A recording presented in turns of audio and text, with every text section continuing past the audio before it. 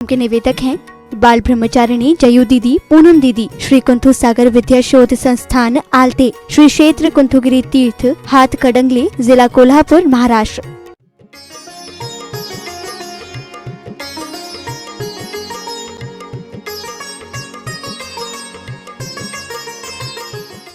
देखिए, जैसे नमोकार मंत्र भी है, तो अब उस नमोकार मंत्र को हम अलग अलग रूप दे देंगे।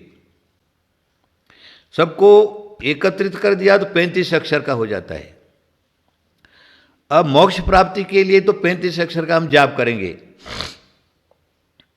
लेकिन संसारी जीव है, विभिन्न विभिन्न उसके कार्य होते हैं।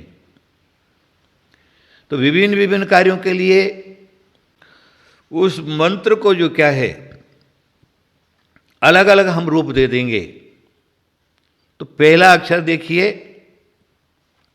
35 अक्षर का हमने दे दिया। अनंत का अ लिया, सी का स लिया, सी लिया, आचार्य का आ लिया, उपाध्याय का ओ लिया और साधु का सा लिया। तो अब हम इनको सबको मिला देंगे। ओम असी आऊसा नमः, ये एक मंत्र तैयार हो गया। इसमें भी पंच परमेष्टि निहित है। पंच परमेष्टि को छोड़ करके मंत्र नहीं है। नमोकार मंत्र को छोड़ करके, क्योंकि उसको शक्ति है, इंजन है।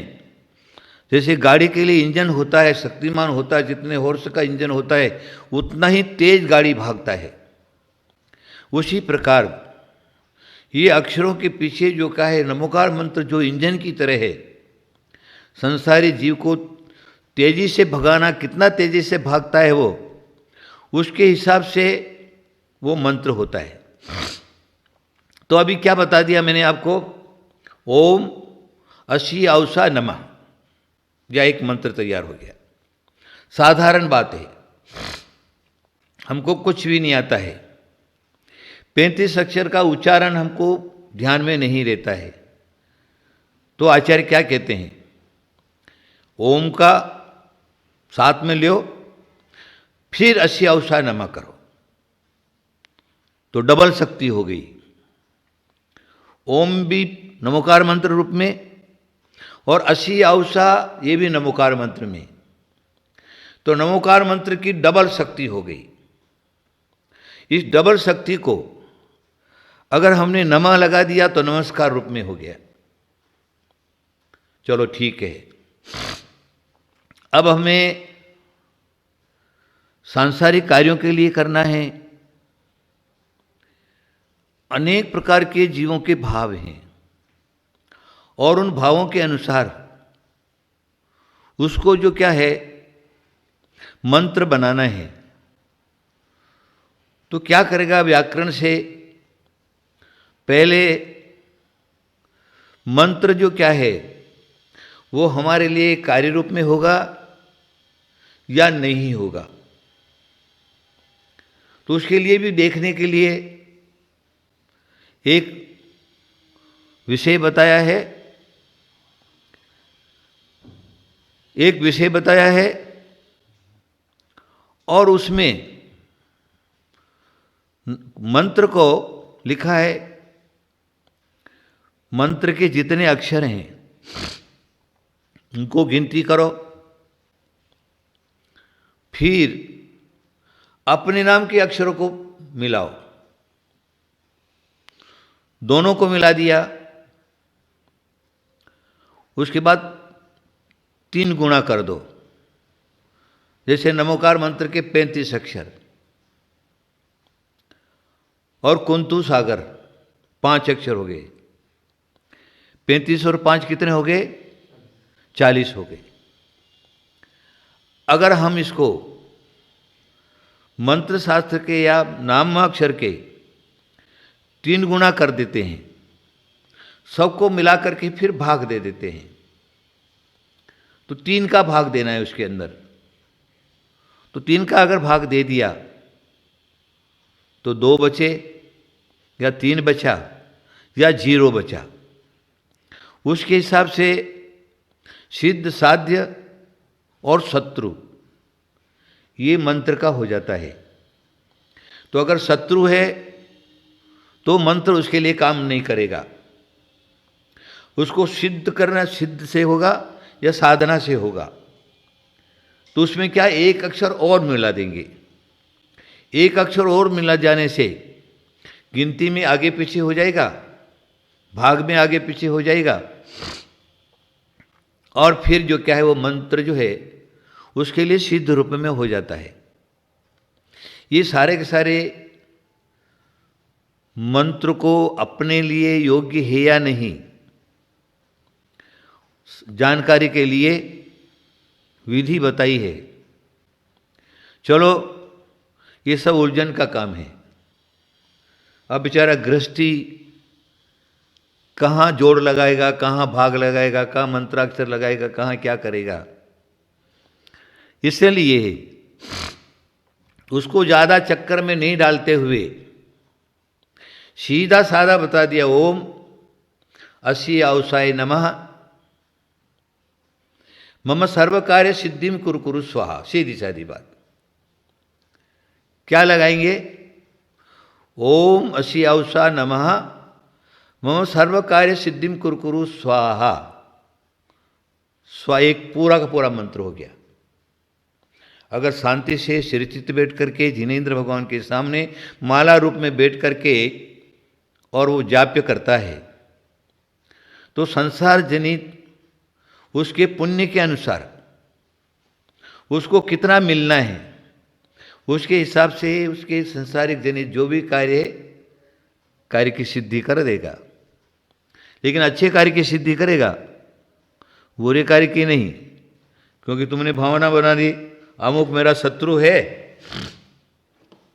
और जो क्या है वो मेरे को तकलीफ दे रहा है, तो वो मर जाए, उसका परिवार नष्ट हो जाए, उसका एक्सीडेंट हो जाए, उसका ऐसा हो जाए। क्योंकि सर्व कार्य में वो भी तो कार्य है ना। तो इस प्रकार का अगर वो विचार करके करता है तो आचार्य कहते उसका काम नहीं होगा। यहाँ पर सर्व कार्य सिद्धि में उसकी योग्यता से, उसके भाग्य के अनुसार जो मिलना है तो उसके हिसाब से उसका कार्य सिद्ध हो जाएगा, अवश्य होगा। मैंने आपको पहले प्रवचनों में बताया कि श्रद्धान की परम आवश्यकता है। मैं और आपको आगे श्रद्धान के विषय में बताऊंगा तो उसके कार्य की सिद्धि हो जाती है। ये साधारण मंत्र है। उसके बाद जो दरिद्री है और उसको जो क्या है व्यापार में लाभ नहीं हो रहा, बहुत परेशान हैं, तो आचार्य ने उसके लिए एक मंत्र दिया है, ओम ह्रीं श्रीं क्लीं महालक्ष्मी नमः। ओम ह्रीं श्रीं क्लीं महालक्ष्मी नमः मम व्यापारे लक्ष्मी लाभम कुरु कुरु। अब यहाँ पर स्वा नहीं लगाएंगे क्योंकि शांति कर्म नहीं कर रहा है। यहाँ क्या करेगा, लक्ष्मी को आकर्षण करना है। तो वो वहाँ पर क्या लगाएगा, वोषट पल्लव लगा देगा। देखिए पल्लव के विषय में मैं थोड़ा सा प्रकाश डाल देता हूँ आपको। हमारे 8 पल्लव बताए हैं शास्त्रों, मंत्र शास्त्रकारों ने।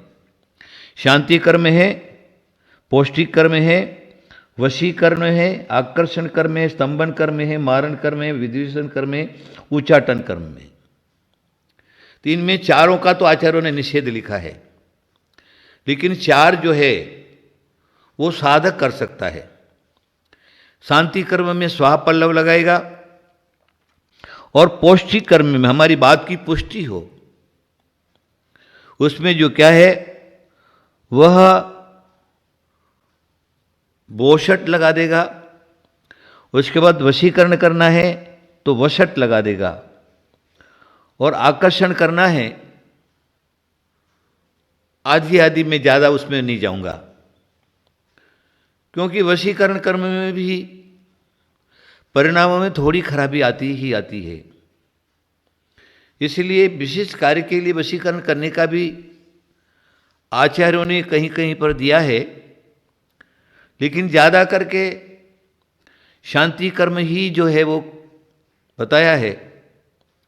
उसके बाद आकर्षण कर्म करना है, तो आकर्षण कर्म कर्म कर्म के लिए लिख दिया है उन्होंने, हाँ, दक्षिण दिशा में बैठ जाए। वशीकरण करना है तो उत्तर में बैठ जाए, और शांति कर्म करना है तो पश्चिम दिशा में बैठ करके स्फटिक की माला से सफ़ेद कपड़ा, सफ़ेद आसन, ये सार का सर लगा करके और जाप करे तो उसके कार्य की सिद्धि हो जाती है। चलो, ये सारी पल्लव की बातें हैं। तो मैंने अभी आपको बताया, ओम ह्रीं श्रीं क्लीं महालक्ष्मी मम व्यापारे लाभम कुरु कुरु, वो षट लगाएगा, वो षट लक्ष्मी को आकर्षण करना है, तो उसके भाग्य के इस हिसाब से उसको व्यापार में लाभ होने लगेगा आदि आदि। वैसे और भी बीजाक्षर हैं, अभी बताए हैं आचार्यों ने। ओम प्रणव मंत्र हो गया, ओम ह्रीं जो क्या है माया बीज हो गया, श्रीम जो है वो लक्ष्मी बीज हो गया, ओम ह्रीं श्रीं क्लीं जो क्या है उसको काम बीज भी कहा है। ओम ह्रीं श्रीं क्लीं महालक्ष्मी नमः, लक्ष्मी जो है उसको हमें आकर्षण करना है हमारी तरफ, तो आगे जा कर के मम व्यापारे लाभम कुरु कुरु वोषट, ये मंत्र लगा दिया तो क्या है, उसको अवश्य लक्ष्मी लाभ होगा, ऐसा नियम है। देखिए, मंत्र शास्त्रों के बारे में मैं यहाँ पर बताने के लिए बैठा हूँ, तो मंत्रों की आराधना अगर अच्छी क्वालिटी के साधु हैं, ज्ञानी ध्यानी हैं, परोपकारी हैं, तो वो भी आत्मकल्याण के साथ में परोपकार के लिए कुछ मंत्रों की साधना कर सकते। उसके लिए मैं आपको कुछ मंत्रों का यहाँ पर जो है बताऊंगा। अब देखिए, हमारे यहाँ पंच परमेष्ठी रूप में राम ह्रीं रूम रौम रह, ये बीजाक्षर हैं। इन बीजाक्षरों को अब हमको इसको मंत्र बनाना है, तो एक मंत्र बनेगा ओम राम ह्रीं रूम रौम रह अस्य औसा नमः, ये एक मंत्र बन गया। इस मंत्र को हम सिद्ध स्वरूप में भी कह सकते हैं, सिद्ध चक्र रूप स्वरूप में भी कह सकते हैं, और शांति मंत्र के रूप में भी कह सकते हैं। क्योंकि अब ओम यहाँ पर मंत्र जो शास्त्र है, उस शास्त्र के हिसाब से राम अरहंत रूप में, रीम सिद्ध स्वरूप में, ओम राम ह्रीं रूम उपाध्याय स्वरूप में, आचार्य स्वरूप में, और ओम राम ह्रीं रूम रौम उपाध्याय स्वरूप में, ओम रह साधु स्वरूप में। तो आचार्यों ने एक तरीका ये भी बताया ज्ञानारोहण के अंदर। तो हम क्या करेंगे, ओम राम ह्रीं रूम रह असी औसा, त्रिबल शक्ति हो गई। नमा जरूर लगाएंगे। नमा लगाने के बाद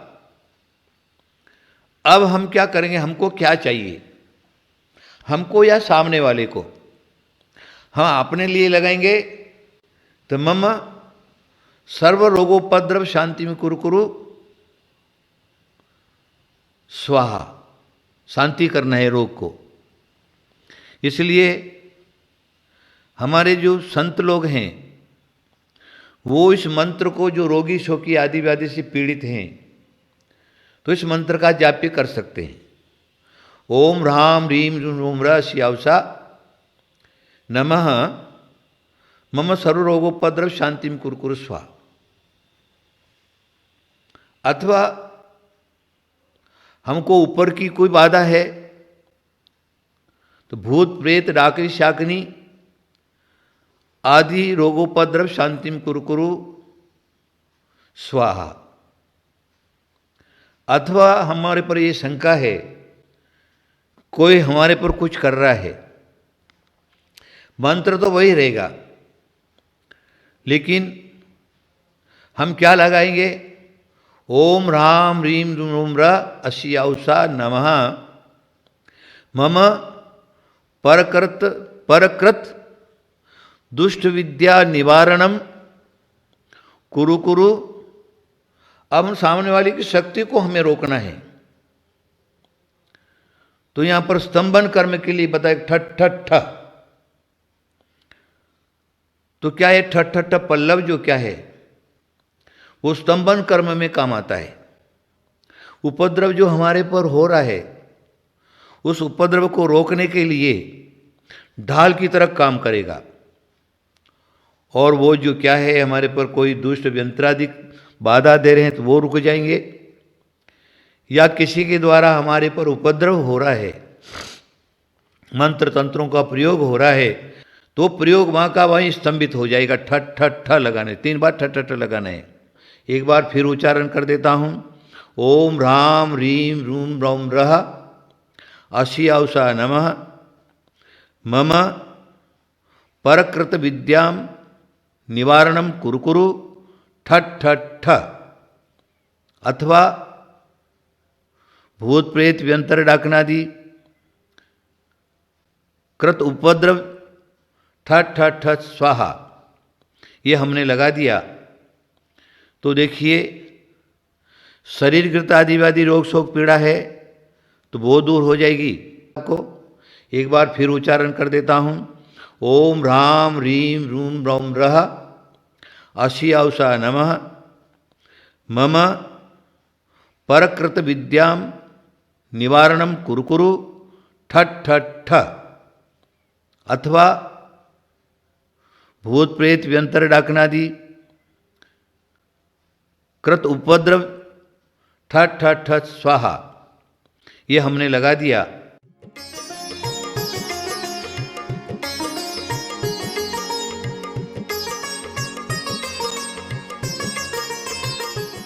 इस कार्यक्रम के निवेदक थे बाल ब्रह्मचारिणी जयू दीदी, पूनम दीदी, श्री कुंथु सागर विद्या शोध संस्थान आलते, श्री क्षेत्र कुंथुगिरी तीर्थ हाथ कडंगले, जिला कोल्हापुर, महाराष्ट्र।